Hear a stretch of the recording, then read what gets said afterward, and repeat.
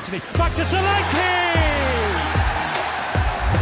The birthday boy gets a birthday goal. And Dominic Solanke just can't stop finding the back of the net.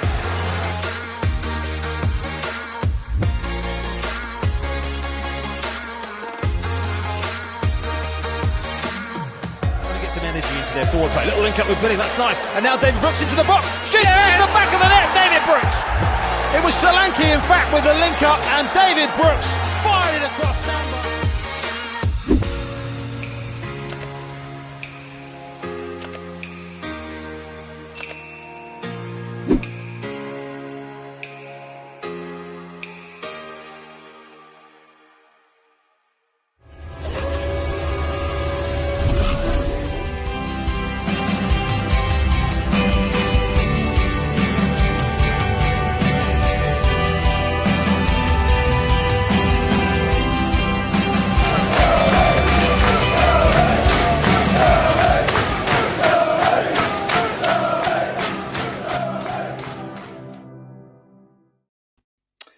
Good evening, everyone. Cherries Red Army, and welcome. It's Thursday night. It's another live match preview, and Bournemouth go into a busy Easter period back at home, taking on Middlesbrough. We've got all the live preview coming to you this evening. Interactively, you can get involved. We've got Cherries Red Army guests. We've also got an opposition guest in the Boro Breakdown podcast. And of course, we want to know your thoughts in the next hour. If you're new to the channel, we're only 9 subscribers away from 900. So thank you to everyone who supported us all season and continues to support us. Let's get over the line. Let's get to 900. Make sure you hit that subscribe button. Also, at some point in this video, as always, give the video a like, because on YouTube, that really helps. And it helps this video grow between now and kick-off tomorrow afternoon. And if you weren't able to join us live, you can enjoy this video and let us know your thoughts at the end in the comments description below. So Bournemouth got a decent point. Lucky to get a point, weren't we, at Bramall Lane last weekend? But a real opportunity to get 3 points on the board tomorrow. Is there opportunity for Scott Parker to change that team around? Got lots to talk about. Let's get on with a preview.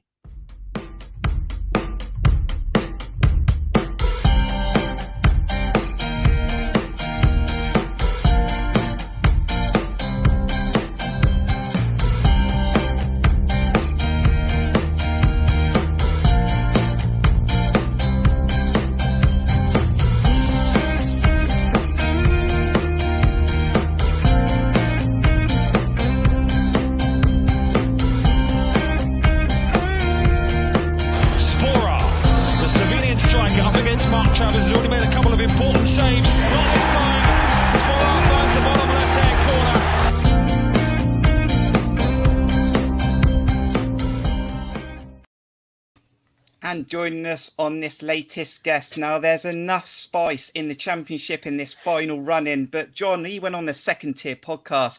He added a little bit more chili spice to this and wound a few Nottingham Forest fans up. He's on this match preview. How you doing, John? Yeah, I'm good, thank you. How are you doing, Kirk? Fantastic. Thanks for joining us.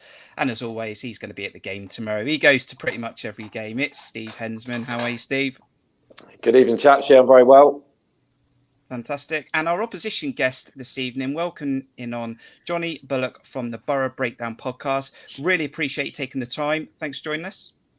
Well, thanks for having me on, guys. I really appreciate it.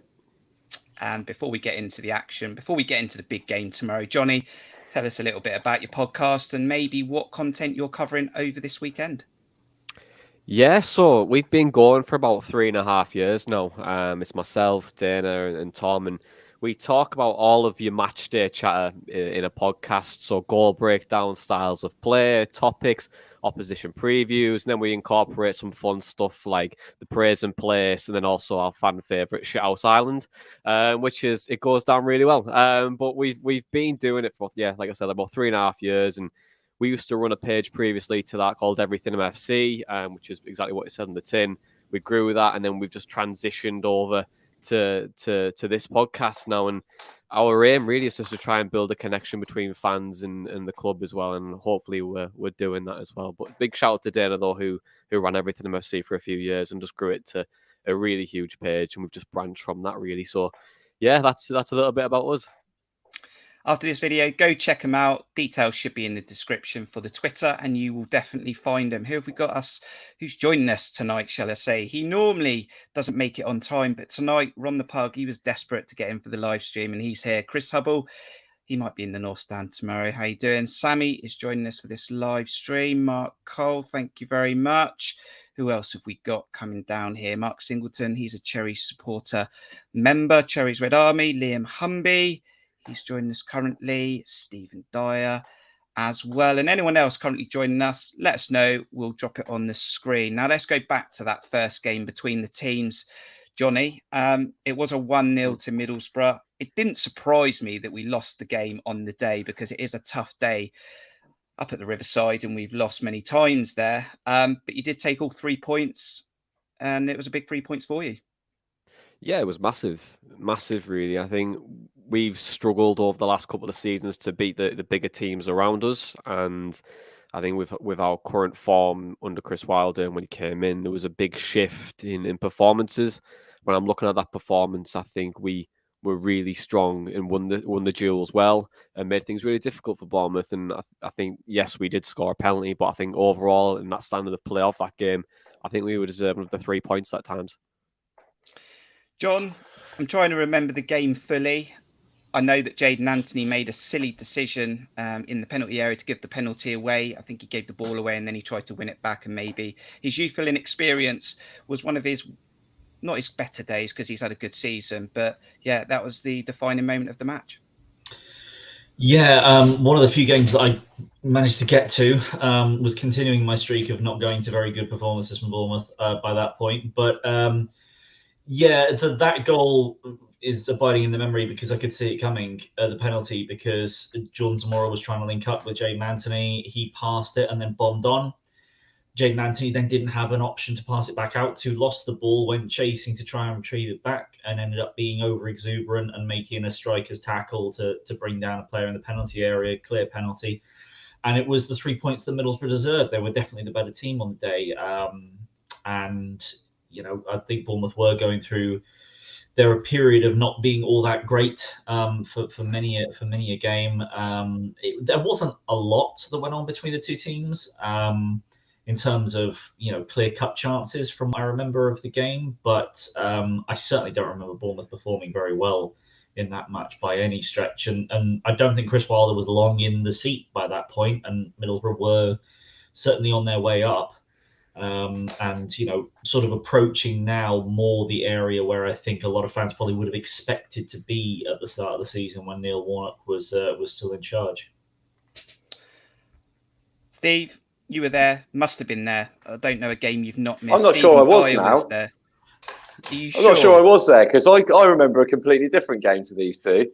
I remember we had 3 really gilt-edged chances in the first half where we could have been out of sight in that game. Remember, Jayden Anthony had one, Dom had one, and Ryan Christie made an absolute sitter.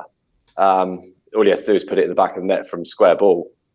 So I'm not convinced they were the better team by a mile. I think they dug their heels in and rode their luck at times and got away with a nice 1-0 at the end of the day. I think by the end of the game, they had a lot more chances second half. Because we think we'd gone 1-0 down to that, like you say, silly penalty, really. When we were trying to get ourselves back in the game, Middlesbrough had a few good chances towards the end to have really sealed the deal. I'll tell you one thing I do remember from that day was your fans, actually, Johnny. They were great that day because that was the early kickoff, wasn't it? Because of Sky, and you guys got your banners out, and you know there was a lot of Sky Sports is effing shite. Yeah, it was a scandal, really. Isn't it? It's a scandal. It is. At that time. That was karma, wasn't it? For the fixture that we had, the reverse one in 2015, 2014, where you had to come to our place for a 12:30. Yeah, it was. I think it was an evenly balanced game. I think they dominated the second half. I think we edged the first half, but you could always see it coming when we didn't take our chances that they were going to sneak with 1-0. Just had it written all over it.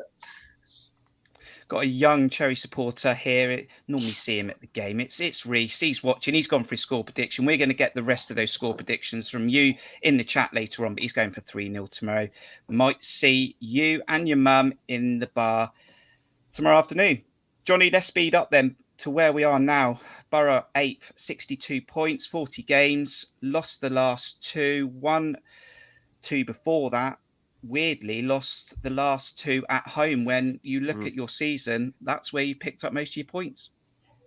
Yeah, we've been pretty much remarkable at home under Chris Wilder, and I think when you look at Boro's season, it's been quite remarkable in a way. And the turnaround that we've had, I think at the start of the season under Warnock, I think a lot of us were probably expecting mid-table. The squad was always good enough. You know, we did have a lot of quality, but for Warnock, we just seemed to outgrown him completely, and we just needed a style that fitted us. And bringing Chris Wilder, who's completely transformed us on the pitch, but we are transforming off it as well, which I'll probably come on to in a second. But I think when we've been playing now under Chris Wilder, there's a lot more confidence and arrogance. There's more of an accountability towards us, and the culture and the standards of the team has really increased significantly.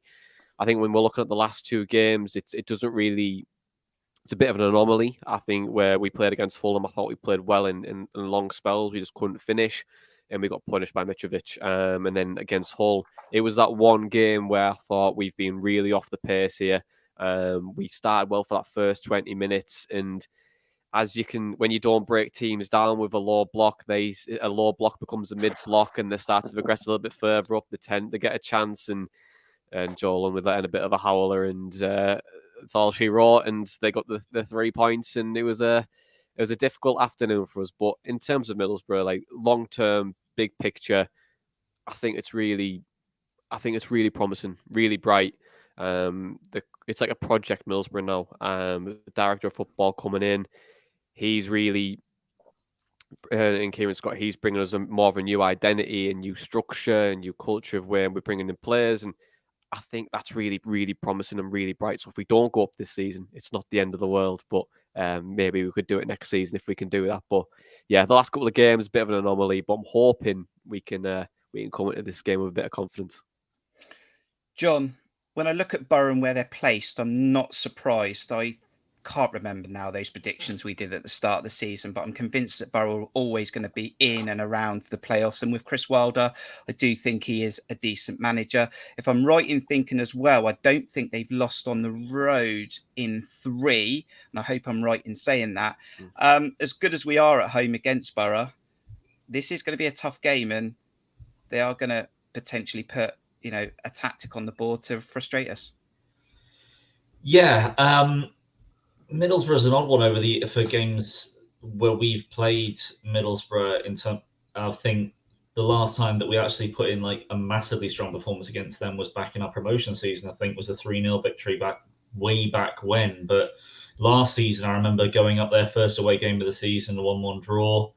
And we've struggled at home to them before as well.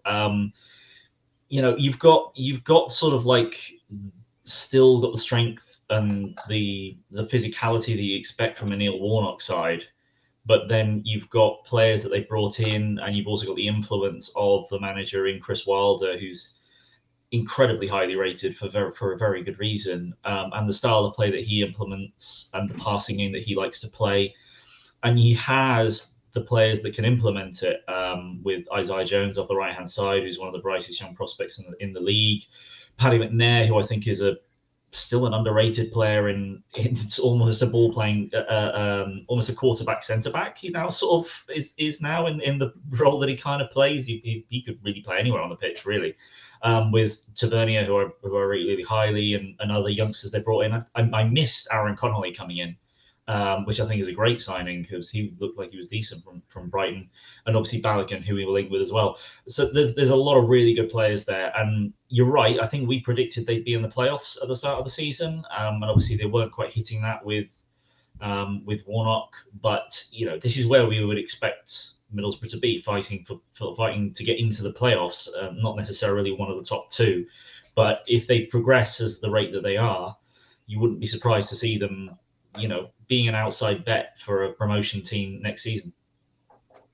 Also got Layla joining us this evening, and she said, got one of those prints that have gone in the club shop. They're a tenner. They've got loads of players in the club shop. Make sure you pop in there tomorrow before the game and grab yourself a print. They've also got the likes of Jeff Lerma, etc. Moving to Bournemouth then, Steve. We went to Bramall Lane last weekend. I got myself on the road to another Yorkshire trip, and I did say at the start of the day, take a point all day long. I was a little bit frustrated by the point, you know that, after the game. But it was a good point, and it sets us into this Easter period with an opportunity now to go for maybe 6 out of 6, definitely 4 out of 6. But that draw, you were pretty happy as well, weren't you? Yeah, I think, like you say, if you'd have asked most people before the game, we'd have all snapped your hand off for a point, get out of there. Hard place to go, Bramall Lane, and Sheffield United are a decent outfit with still a lot of Premier League quality in their side. So, yes, I was happy with the point. The performance, mind you, wasn't the greatest. I think we rode our luck massively and got a lot of thanks to be given to that man you just showed on screen, Mark Travers. So, and I think Sheffield could feel a little bit aggrieved they didn't have a penalty, which was quite a stonewall if you've all seen it back. But yeah, it was a good point for us. I think they would be a bit less plussed with not getting 3 out of that game. But yeah, it puts us in a great position to kick on now. I mean, what you don't want to do is go 2 games losing like we did against who was the previous one against? Awful game. There's been a few. Now. Reading, Peterborough. No. The one before Sheffield, can't think who it was. West Brom. Yeah, that was a dreadful performance. At least we didn't, wasn't the same again, if you see what I mean. It's good to get a result on the board, and hopefully we can kick on from that now. And like I say, we've had a few good wins against Boro at home over the years, so let's hope we can. Fingers crossed we can get one this time.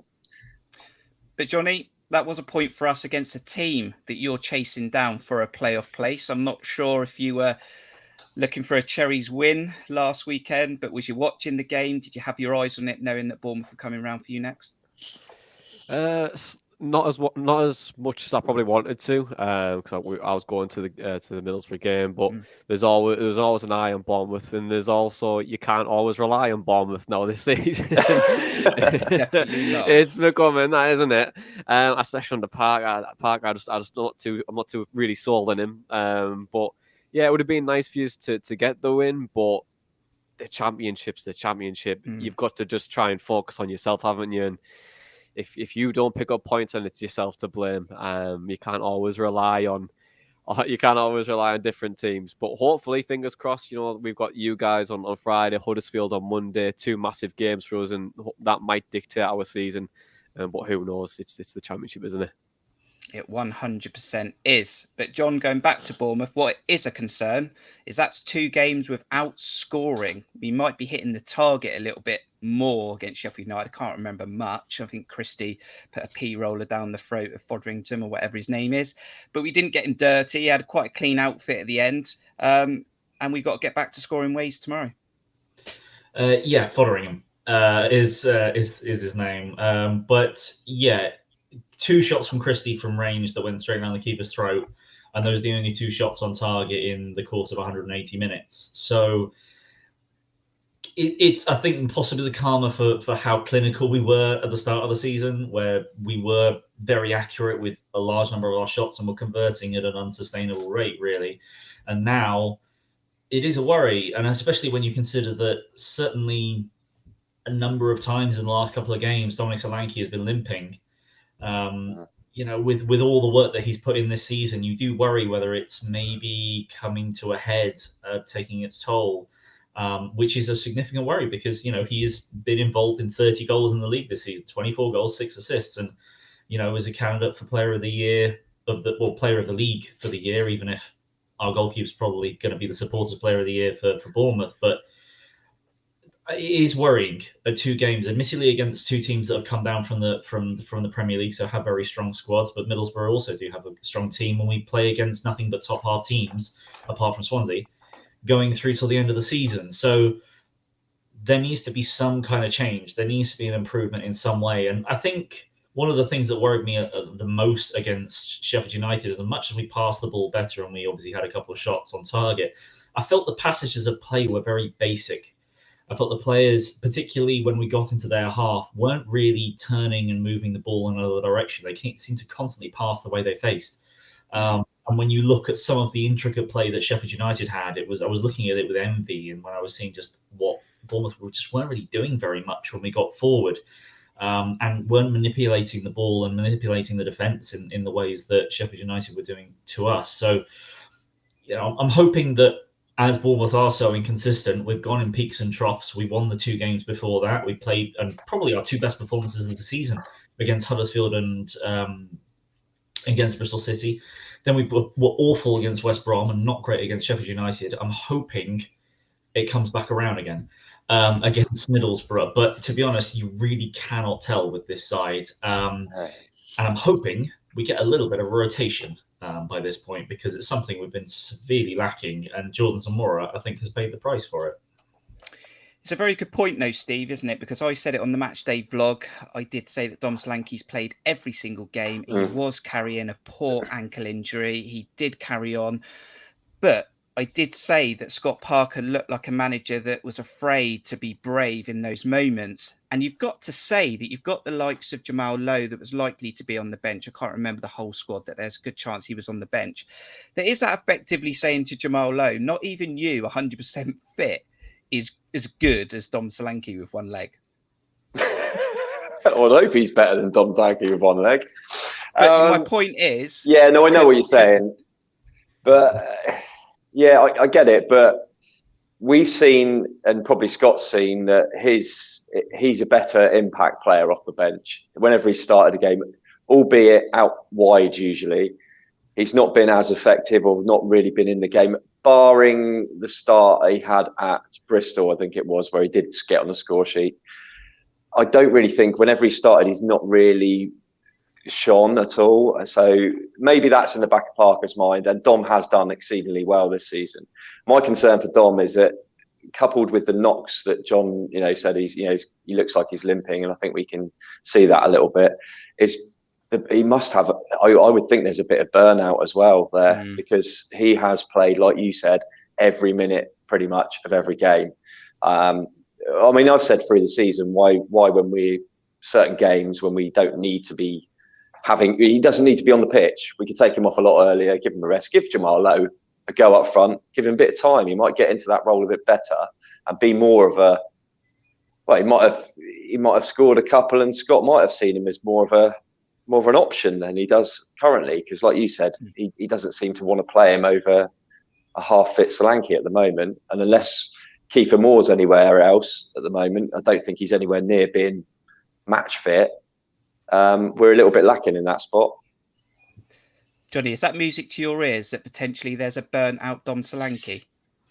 To be honest, it's just our individual mistakes is a problem. When we're talking about our goalkeeper and Joe Lumley, it's like he's been playing with. He's had a couple of pints in the Wobbly Goblin pub in Stockton, and he just thought, I'll put the gloves on and I'll make a mistake. So maybe a one-legged Dominic Solanke might still be a problem, but it's with him and all the goal threat that he has, it naturally, I think you are aware of his ability. But I'm looking at like Anthony and Christie on the wings and Billing as well. And don't worry about Christie. Not playing. No, he's just on it at barn door. Scores a hat-trick on Friday. Definite hat-trick on Friday. But yeah, I think with the quality that you guys have and the depth of quality, normally I think it's even if Dom Solanke does go off, Jamal Lowe's still a massive threat. So yeah, it's I wouldn't say it's music to my ears, but I think we've just got to try and cut out the individual mistakes. And if we do that, then there's a really good chance we could potentially get something. Big shout out to Alan, who's currently joining us from Brisbane. And if I'm right, that might be about 5 a.m, 6 a.m, potentially over there. But thank you for joining us, Alan. Really appreciate that. You've told us about your goalkeeper then, Johnny. Tell us a little bit more about some players. I'm specifically going to ask you about a player that I particularly think is a good player. I know that John's mentioned McNair, but Marcus Tavernier, I think he has quality. in him. I'm going to show you some stats on the screen. Tell me a bit about him and some of the other players like Watmore who could potentially get you going tomorrow and cause us a bit of problems. Yeah, Marcus Tavernier, fantastic. Brilliant. I couldn't be any more complimentary of Tav this season. He's a player that Middlesbrough can rely on to be so consistent, and he's really developed his game under Chris Wilder. He's been a player that's always had talent, and I think it's just needed Chris Wilder to really bring the best out of him. And I think he's been brought the best out of because they've simplified his game and really helped him, and that's really helped him develop on and off the ball. In terms of Duncan Watmore, impact player, really good impact player. But I think you might start on Friday.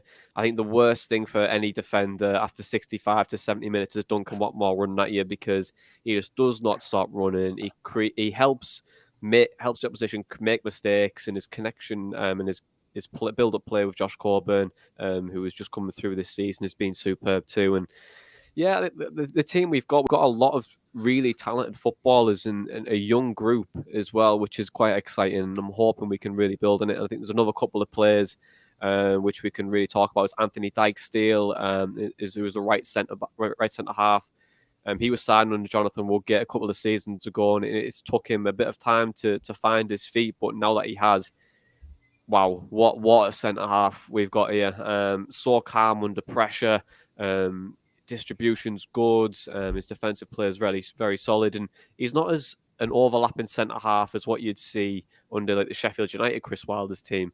But him and Isaiah Jones on that right hand side, the connecting play is really, really good. And I wouldn't be surprised if we did target that left hand side of Bournemouth on Friday. I think with Anthony, I think is Zamora, is he injured, or is he? Zamora will be out. Yeah. So we've got a big discussion in about 20 minutes time. We have. I'll keep in. Let's see who you play, but I think we'll really target that side. I think because when you've got two attacking players on that wing side, and if you want to put Bill in there as well, you're more likely to create more chances because they're more likely to make defensive mistakes. And I think with us, we might look to target that. A lot of our play does come from that right-hand side. But Mark Ball has came in, who's from a long injury on the left-hand side, so it gives a bit more balance. But I think those are the real key players that you probably need to look out for this game. There is other players, of course, that you can mention, but for me, I think Tav, Dykesteel, Isaiah Jones are probably the main three that I would probably keep an eye on.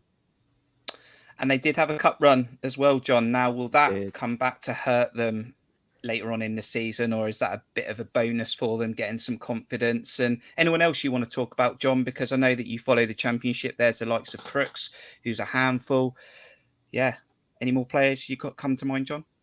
Yeah, well, I mean, Middlesbrough, similar to Nottingham Forest, got a very good cup run, and I think it's done wonders for them, certainly. And I'm not sure whether it's had the exact same impact for Middlesbrough. I think there is obviously a benefit to the confidence you can get when you're going up and toe to toe with Premier League sides, and performing brilliantly against them. There's certainly a boost that you can get from that. I think that's probably the question I'd ask is actually about Isaiah Jones, because I think I read that he was, because I know he's been injured, but I read he was meant to be back in the matchday squad against Hull, but I don't believe he was on the bench. Is he expected to be back? He had an illness. He is back for Friday's game, but we're without Dale Fry, who is our main centre half, really in the middle of the three. He's not going to be available with a tight calf, so we'll probably see the veteran in Sol Bamba come in at centre half. And then what we'll probably see as well with Isaiah Jones coming in on that right-hand side, you'll probably see Tav move more centrally instead of Riley McGree. But depending on what type of system or type of game plan Chris Wilder might have, we may see Mark Bowler come out, and then you'll have Taylor come in. Neil Taylor is more of a defensive option on that left-hand side. And I think up front, when we're looking at the likes of Gary Cahill and Kelly at the back, I think we have to try and isolate them as much as you can with a 4-3-3. So I think we might see Watmore and Sporra play up front, and I think probably be the changes for us on Friday. Fantastic. Now, we've got 30 of you currently joining us live, whether that's on YouTube or Twitter. And Sammy said, only 9 likes so far, guys. Come on, hit that like button. We are going to be on for about another 30 minutes, and we're going to get Johnny's score prediction in just a bit. Got an interesting stat, though, Johnny. I'd like to add an interesting stat to these match previews. Now, you've had 7 penalties this season in the Championship. You've scored 6. I think that's the joint highest, by the way. Conceded absolutely none, though. You know what's happening tomorrow? We're getting a pen. Thanks, Kirk. Thanks for that, mate. I hope Stroud's not the referee, because it's definitely nailed on for a penalty in there. Well, yeah, we do all right, don't we? We do all right. Obviously, the penalty shootout at Old Trafford as well. You can count that too. Honestly, Matt, when Lee Peltier and Sol Bamba stepped up for penalties and absolutely nailed them, both of them, I could not believe my eyes. But yeah, I'm wondering where you're going to come to with this stat, because are you looking for a penalty, or are you expecting us to maybe to win on the penalties? Who knows? Also, Well, one was against you, was it, with Spora? Yeah, absolutely. It was. Absolutely, Spora. If we do get a penalty, though, Steve, do you give it to Dom? Because I think that was the last penalty we potentially had. I can remember. Did he miss it as well? That he missed. Yeah. Yeah. Would you give it to Dom? Well, it depends if he's got 2 legs or 1, doesn't it, really? Yeah. If he's only got 1, I'd give it to Jamal Lowe. No, he's our penalty taker all day long. He's very casual, and I think that little casual streak in him just tripped him up a bit last time, didn't it? But I don't think he'll make the same mistake again. No, definitely Dom. Right. Bet responsibly. Check that out tomorrow in the match. Betting zone, whatever you call it, and see if there's a pen for Bournemouth tomorrow, because Middlesbrough have conceded absolutely none. Johnny, it's been great to have you on, giving us that input in tomorrow's game. Score prediction, though, how's it going to go down tomorrow? I'm going to play it safe and go 1-1 draw. Normally you'd see a team with more intent than 4-3-3, but I think with Parker you don't see it as much. So I'm hoping, with all the possession that you might have, we can maybe break away and get one early doors. And I think the pressure might be a bit too much, and it'll be a 1-1 draw. And we've had 1-1 draws and a lot of draws at Dean Court this season. Thanks, Johnny. We hope you have a good rest of the season after tomorrow, but we do really appreciate you coming on this live preview. Thank you. Well, thanks for having me on, guys. It's a real pleasure. Thank you. Cheers, Johnny. Make sure Thanks, Johnny. you check out the Boro breakdown. The details are in the description after this video. We're going to continue with the preview, though. We've got that predicted 11. We'll take a look at what Scott Parker said today in the presser. And of course, we want your score predictions. Hit that like button.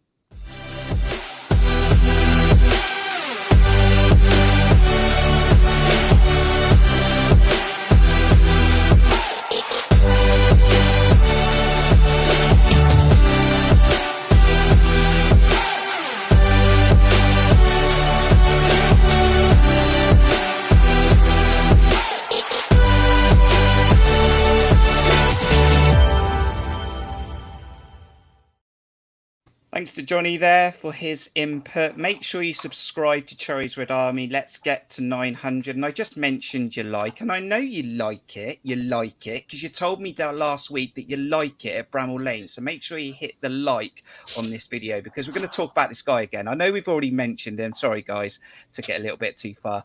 But we've already spoken about him. He's the best goalkeeper in the Championship. The Championship doesn't tell you he's the best goalkeeper in the Championship, but he is. We're going to take a look at that save, one of the saves he made at Bramall Lane last week. And let's talk about him again. The Irishman, Mark Travers.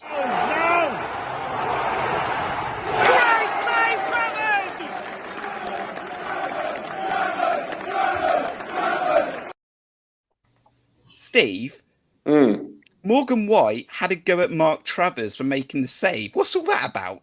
Do you know what? It was brilliant because I noticed it at the time, and he actually you don't see it in the footage that much. He just sort of goes like that, yeah. But he actually did that for a sort of 2 or 3 seconds more, and he was just sort of looking at him in disbelief, going, "What have you just done?" Because it was for all intents and purposes, I thought, well, this is us 1-0 down, awful time to concede, and then Travers just stayed big as long as he could, and he gets a just reactionary hand out and tips it over the bar. And what a strong hand it was! It was a great save, absolutely. I mean, yeah, you would have put your house on it being a goal, but the kind of form he's in this season, you know, you can't put anything past him. Literally, you can't put anything past him. No. He's And like a brick wall at times. It wasn't the only big save, was it, John? Because he made a big one in the second half as well when Phillips and Kelly got caught up and the Sheffield United player got himself through and he made himself big and he saved that one as well. And you know, I think he's going to be player of the season. I think you called it as well, John, a while ago. Dom Solanke will come a very close second. Dom Solanke today was nominated to potentially be the player of the season in the Championship. Mark's happy for him to have that one. But how many times have we needed in this season, John? Yeah, I think it's interesting, actually. Steve says he keeps himself big for the first goal, because I think he does the opposite, actually. He actually goes down early for that first one, and he's already going right, and then just sticks his left hand out. And that's the kind of incredible reactions that he does in really, really well. Whereas the second one, he does make himself big, and he spreads himself, and he gets down fantastically. That's the kind of thing you're trained to do as a goalkeeper. Make yourself as big as possible, stick your legs out. And with his kind of frame, he takes up a lot of space. He's a big lad. And it's funny because he should get the praise for those two saves. Or I think he's got overpraised for some saves in the past. I think the one against Bristol City, where it's straight at him, got way more praise than really was necessary, considering how many outstanding saves he has made this season. And quite rightly, he will be our player of the season. I really don't think there's any doubt about that. Do you know what the stats are, John? I know that one of the great stats that came up in the Sky Sports commentary was that out of all keepers in the Championship, he has the highest save percentage for shots inside the area, which I think is probably the biggest thing you could say about him. He doesn't have the most clean sheets. That does go to Lee Nichols. But you do need your defence to help you in keeping clean sheets. And him and Lee Nichols are up there as the two best keepers in the Championship by quite some distance in terms of XG prevented. It would be a close call between the two, but he has been absolutely outstanding. And there's no way we would be in the position that we are in now had it not been for Travers saving us in so many games where we haven't performed. And even when we have, he's been there as that last line that you need him to be. And whilst I think a lot of fans have seen that as a stick to beat the defence with or beat the team with in terms of how wide does Travers have to be so good to make sure that we still get points from these games, he's doing his job and he's doing it exceptionally well. And regardless of how good your team is, you must have a keeper sometimes to make those saves for you. And he does that. And we can all be very thankful that we've got the squid in goal for us.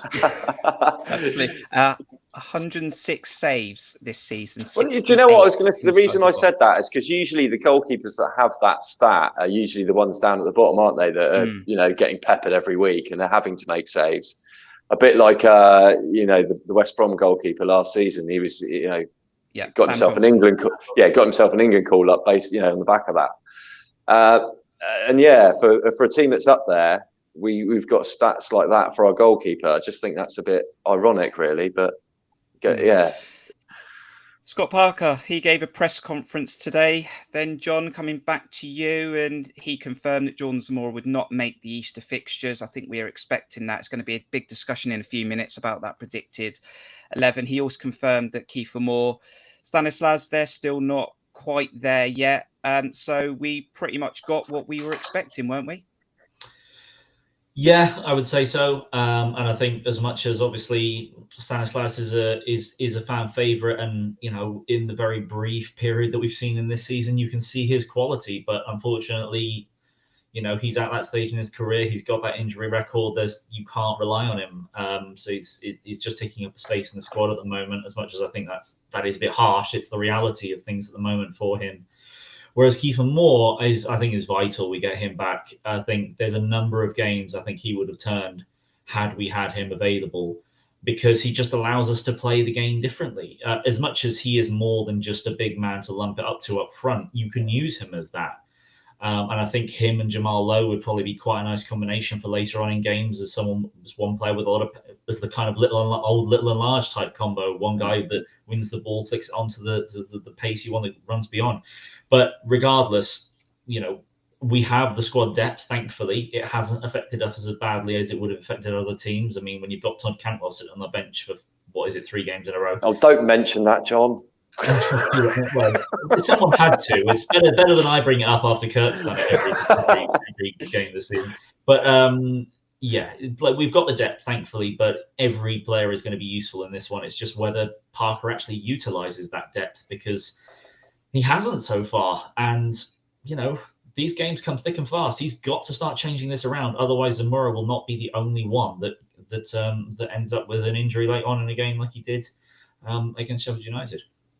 Steve, Scott Parker was asked how he deals with the nerves going into this crunch period and promotion on the cards. He said he just focuses on what they need to do on the training ground. I'm wanting my manager now, after a good point in Sheffield United, to attack this run-in. Let's get promoted. Let's not ask for others to get us promoted. Let's go have it. But we can watch him potentially cause a bit of nerves inside the stadium with potentially what he did last week. And are you looking for Scott Parker to be brave, or are you going to expect it to be a little bit squeaky bum at times? I think he has to be brave. I mean, if we timidly sort of retreat into our shell in these final few games, hoping that we'll limp over the line with a couple of draws here and there, and it doesn't work out, that's just madness.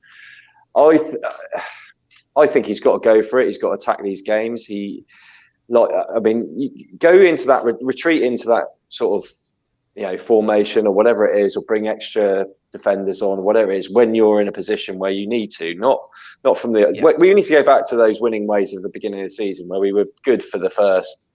I know we only sort of did it in 20-minute spells at sometimes, but we always seem to start games pretty fast. And I think we need to get back. I don't think we've seen that enough of late. Yeah. Getting back and hitting us, catching them unawares, even just sort of getting ourselves off and running and up a goal straight away, and put the onus back on them to then come out a bit and then creating some more spaces in behind. Maybe that's what I think he needs to do. Whether he will do or not, I mean, I'll go back. You say about rotation, but we've just had quite a long break from the last game, a lot longer than we had between the last two. So I'm worried he won't change it much, apart from the enforced changes. So we'll get onto that obviously with the team, but yeah, that's my concern, that we won't see a lot. Well, let's get on with it, shall we? Because potentially there'll be changes. There are 2 games in 4 days. We're going to need your help in the chat right now. We're going to go into that predicted 11.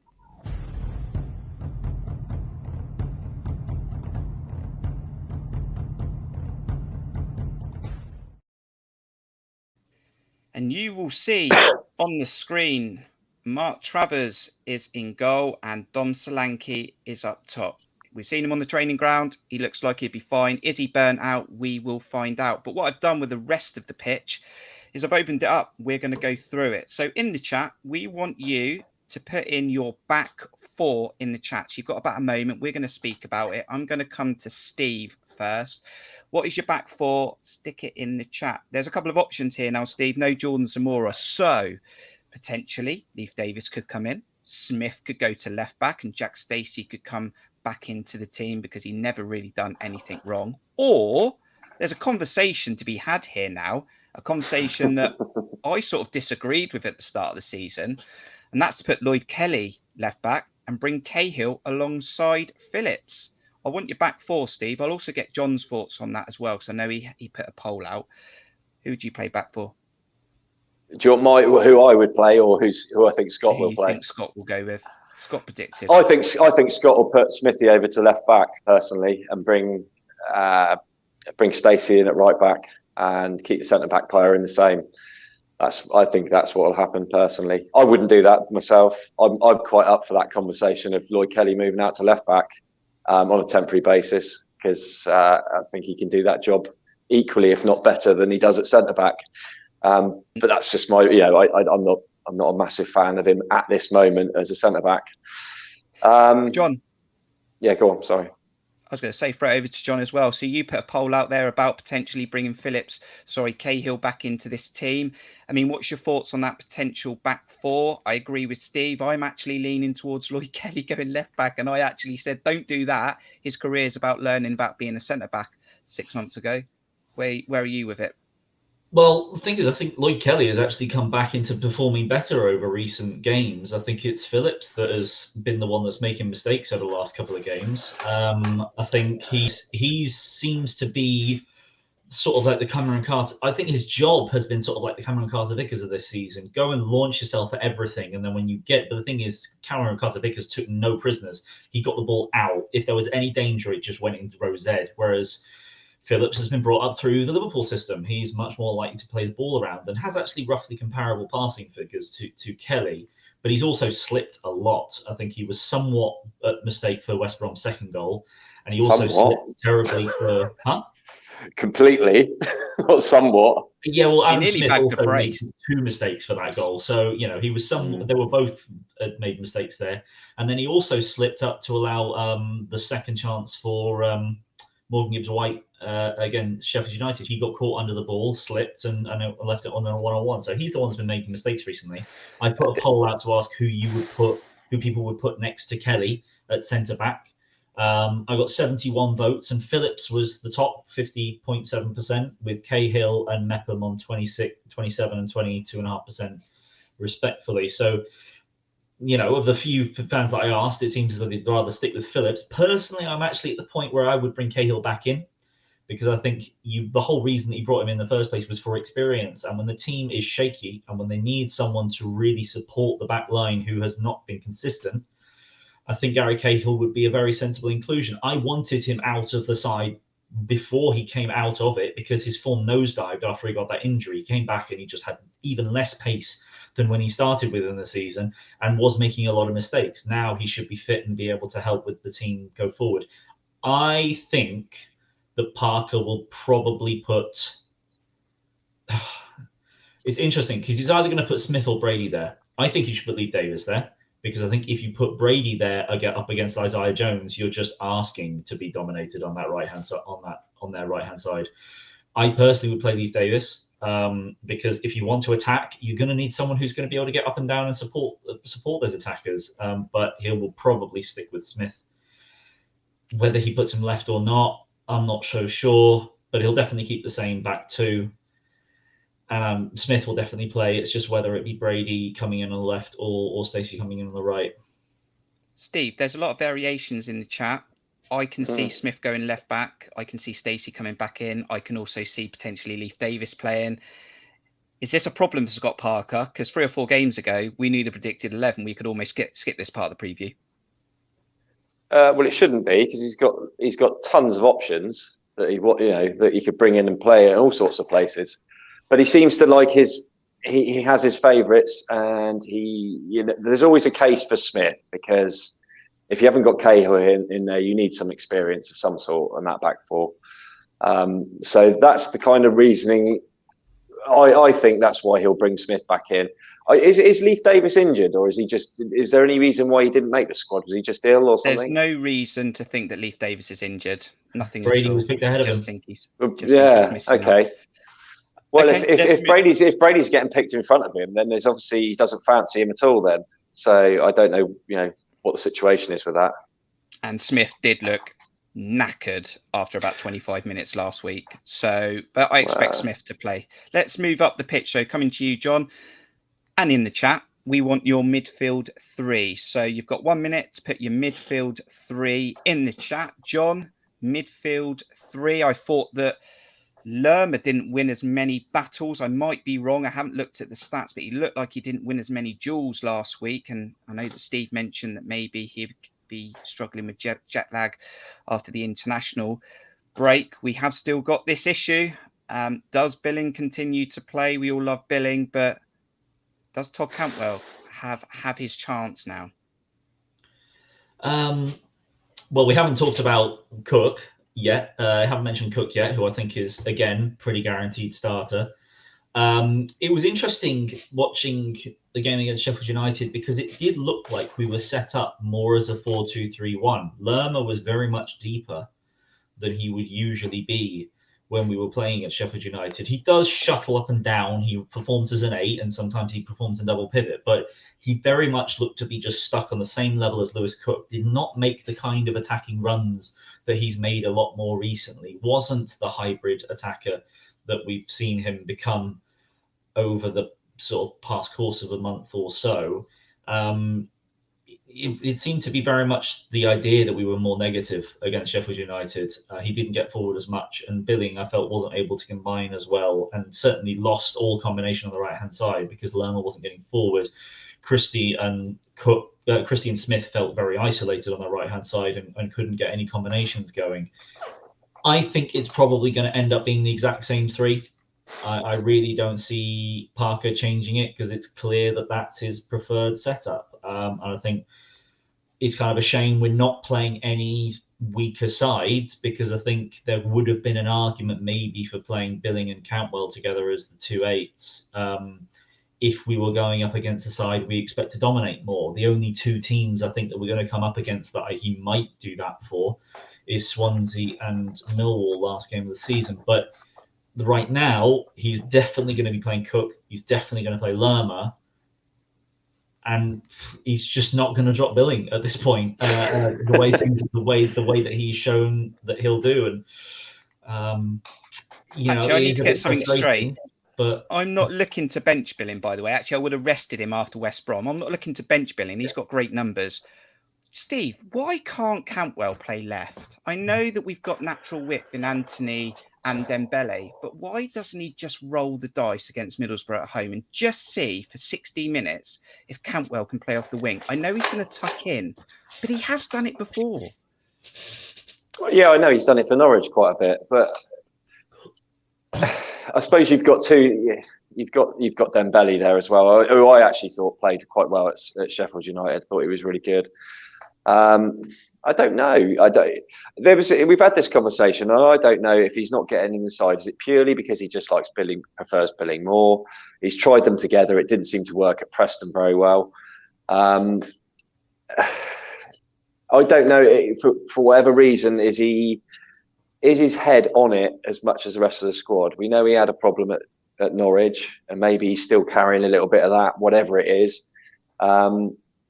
I don't know, but potentially we all know what we saw in the Premier League when he was linking up with us, likes of Buendia and Pukki at Norwich. He's a great player with loads of potential, and he could play that left side. He could easily replace Billing on his day.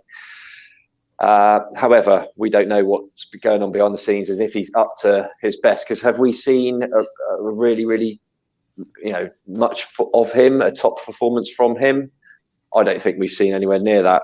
The brief glimpses that we have seen. I'll close out for my feelings just to sort of summarise, because we're going to get up to that front three. And I know I had comments on the Matchday vlog that, the times that Cantwell has played, has he really impressed? I mean, the only thing I'd say is, remember, it took 2 years to get the best out of Billing. It does take time. He is a player lacking in form. And the only thing I would say, Steve, is when he played starting, he generally started in with Billing and he was playing a lot deeper. The only time he then had that role was when Billing was suspended, and I thought he was getting into good pockets without creating those chances in the final third. But I was thinking about this the other day. He got whipped off at half-time against Reading, and I can't really understand why, and Jamal Lowe come on, and he hasn't really had a look in since. Yeah, well, mate, that's what I'd say. Maybe that's something he's not fully up to. I mean, we know the big mystery of Ethan Laird and what's going on with him, and he can't, adapt to Bournemouth's system apparently. And maybe that's what, something that Cantwell's having a little problem with, and Parker can see it and we can't. I don't know. We all know there's a player there. We all know that he can easily do a job in our midfield, and probably just as well as anyone else could. Is he mentally right? Don't know. But because we haven't seen enough of him. I would like to see more of him, because, we know he's potentially brilliant and can be a match winner on his own. So, and the fact that, I think the frustration comes because Billing has been a little bit off it of late, and you've got that potential sat there doing not a lot, and we're trying to go, well, come on, bring him on a little, give him a chance, give him, show us something, show us what you can do. But for whatever reason it is, Parker just doesn't seem to entirely trust him as much as he does Billing. We're going unchanged, though, in that predicted 11 for that midfield, and we may see Cantwell at some point in the game tomorrow. Right, we want your front three now in the chat. You've got 1 minute to let us know who's going to play up there with Dom Solanke. John, finish this predicted lineup for me. We expect Ryan Christie potentially to come off the right, maybe score this time round. I'm going home. And then will it be the likes of Dembele, who did all right last week without really hurting Sheffield United, and Jadon Anthony, who sort of worked himself back into form. Then he did all right, and that seems to be what he's doing at the moment, having good days and having some okay days. Who would you play up with Dom Solanke tomorrow? Or who do you think will start up top? I'd have Laird on the right and Davis on the left. I mean, the right-hand side's just been taken the whole season. That's not going to change. He'll be Ryan Christie. There really isn't really a substitute for him. The thing I would add about Cantwell, and certainly as I mentioned it with the fact that Lerner wasn't getting quite as far forward, I do think that having Cantwell is a player that because of his ability, because of his passing, because of his vision, you want him combining with players. He's not going to beat a man on his own that often at all, but him with another player could take it past 3 or 4, the way they can combine. And I was hoping to see Todd Cantwell played as that right side of number 8 to combine with Christie, and then whether that be Smith or Stacey or God forbid Laird on that right hand side, they might actually create some nice triangles, create the kind of play that we had at the start of the season on the left hand side with the Zamora Anthony Billing combination. We might start getting that on the right hand side, but in the end, obviously that hasn't happened. Lerma has worked well there at times when he's been allowed to get forward, but Todd Cantwell's going to do that better.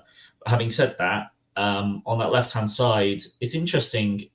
Funny you say Dembele had a good game against Sheffield United. I think he did. He played 2 really bad passes. Sorry, hang on. Did you disagree with me? Don't do that. He played some really bad passes early on, and I mentioned in my early summary tweet how poor I thought he'd been. And from then on, he looked like a world beater for about the next half an hour. Whenever he took the ball, he seemed to beat a man and play a good pass. I was actually more impressed with some of his defensive work. Actually, his defensive work was a lot better. To put in one outstanding tackle towards sort of he kept biting back at people and nicking the ball, and I thought I was really impressed by that because I didn't think it was part of his game at all. But neither did I. And it's certainly something he was doing more of in that game than I've seen him do in previous ones. And then he got hooked off, I think maybe a little early. I think he could have kept going, and I think he was a brighter spark. But Anthony. But it was that stock change again, though, wasn't it? Exactly. And that was the only change, was it not? Apart from Zamora, didn't even see Cantwell on the bench. Didn't see any other change. But as for who I'd play on the left, well, it's either Anthony or Dembele. And with Zamora definitely not playing, I'd probably be more inclined to play Dembele. And I think, given that you saw Dembele's hard work defensively against Sheffield United, I think Parker might stick with Dembele this time around. And I am going to lock that in as a predicted 11. We needed your help in the chat. Some interesting conversations, lots of variations in there. And it's interesting for us, but that was what we've gone for. That's what we think Scott Parker will go for tomorrow. If you weren't able to join us live and you disagree with that, who would you start instead? Let us know in the comments. That's the predicted 11. We got those score predictions. We're going to ask you to get them in the chat.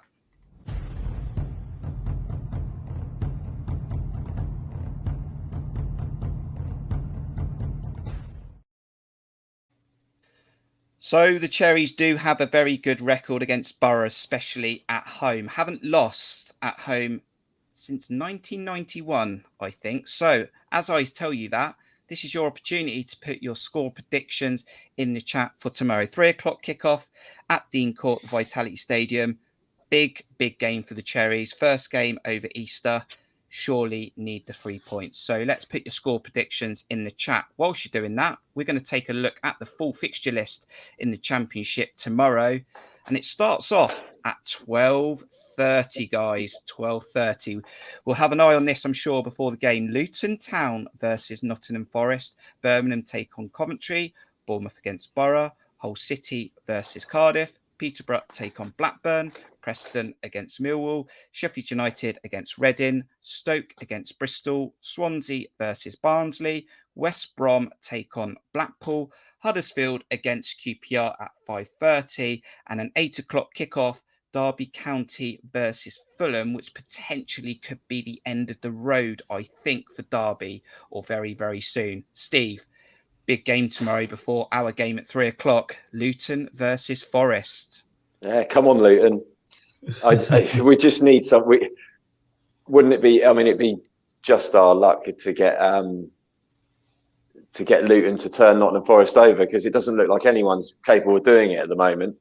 But like we've said all season, I don't think it's been, our position's kind of not quite based on how good we've been, but how poor everyone else is, or inconsistent everyone's been behind us. Yeah. And it wouldn't surprise me if Luton go and turn Forest over. Having said that, Forest, we know it's a championship, but Forest are looking absolutely wonderful at the moment. Even with injuries, they still look really, really good. I mean, I think they've got Cook and Graben out at the moment, haven't they? And they're still, they're still, they're still just tearing teams apart. And, we keep saying, oh, they'll lose, and they don't. I just think, stick your money on Forest at the moment. But equally, that will come to an end at some point. I'm sure it will. Why not tomorrow? I was going to say that, John. 5 wins in a row for Forest. This is the championship. I'm putting it on the table right now. They drop points over this Easter weekend. I'm convinced of that. We'd hope so, certainly.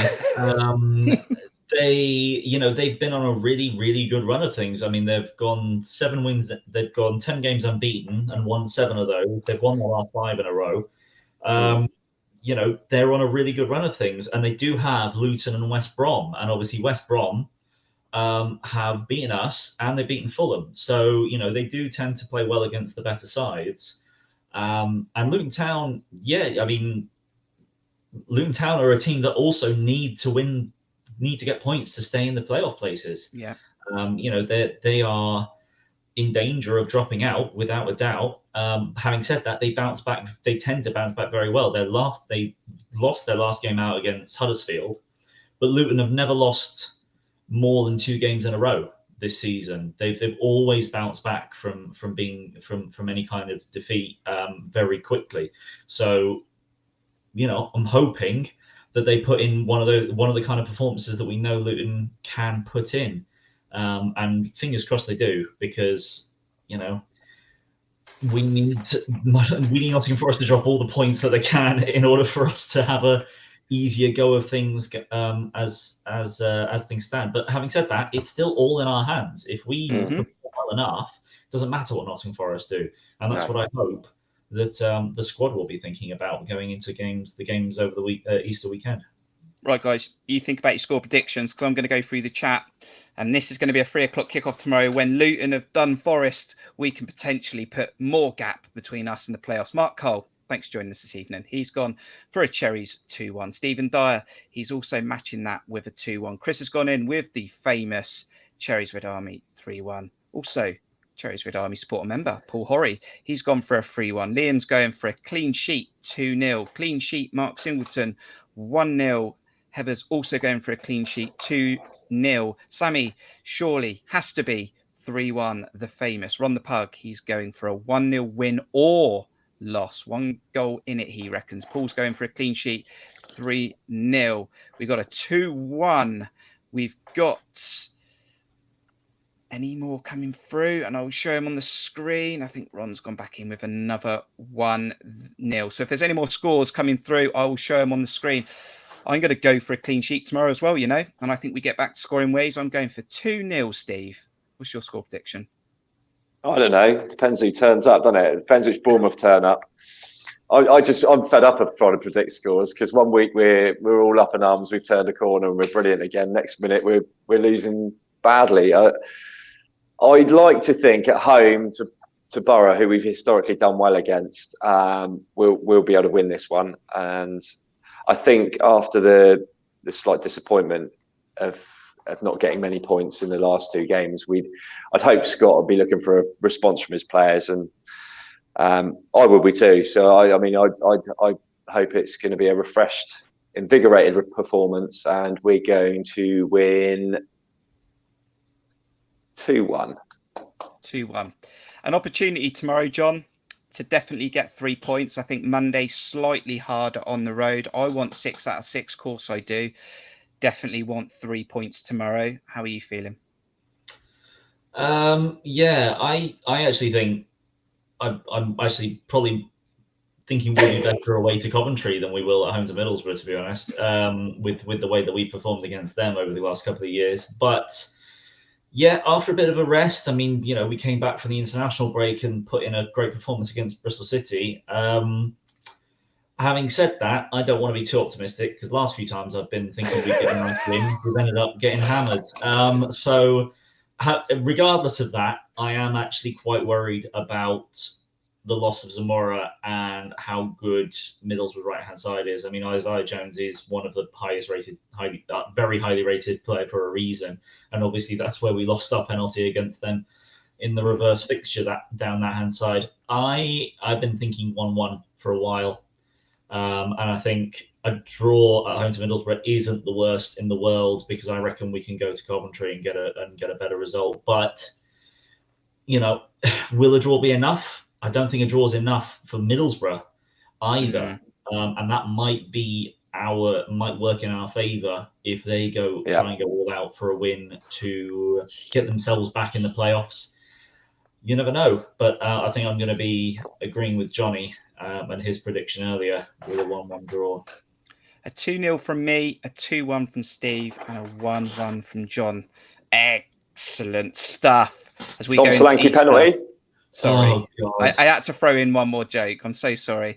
It's been brilliant to have this live match preview. Obviously, we've got more coming for this channel. We should have a match day vlog that I'll hopefully get out on Saturday. Watch this space because we will try and do something for Coventry. We may have a live match preview. Just got to watch our socials. Make sure you hit the bell on the YouTube and that will let you know. So we may have a preview on Sunday, but we will update you. Obviously, subscribe to Cherries Red Army. We hope the likes have definitely gone up as we've gone through this preview. And of course, we need to thank our channel supporter members. Thank you to Mike, Mark, Rich, Richard, Sammy, Steve, Paul, Neil, Aaron, Morgan, Roy.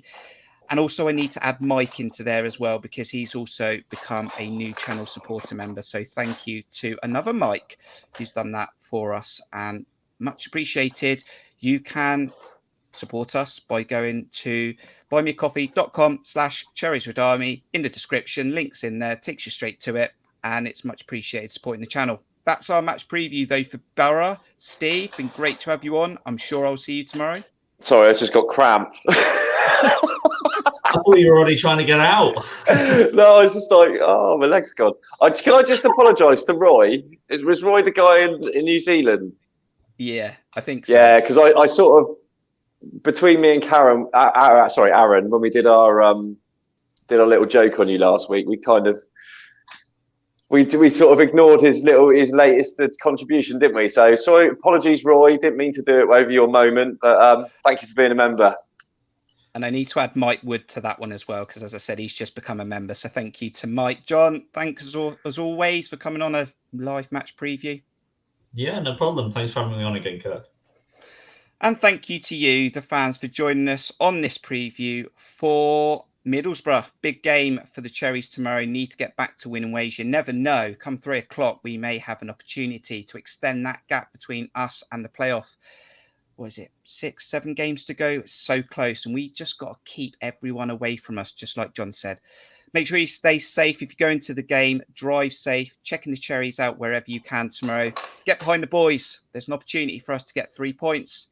We'll see you soon on another video on Cherries Red Army. Thanks for joining us tonight. We'll see you on the next one. From me, John and Steve and Johnny. See you soon. Up at Cherries.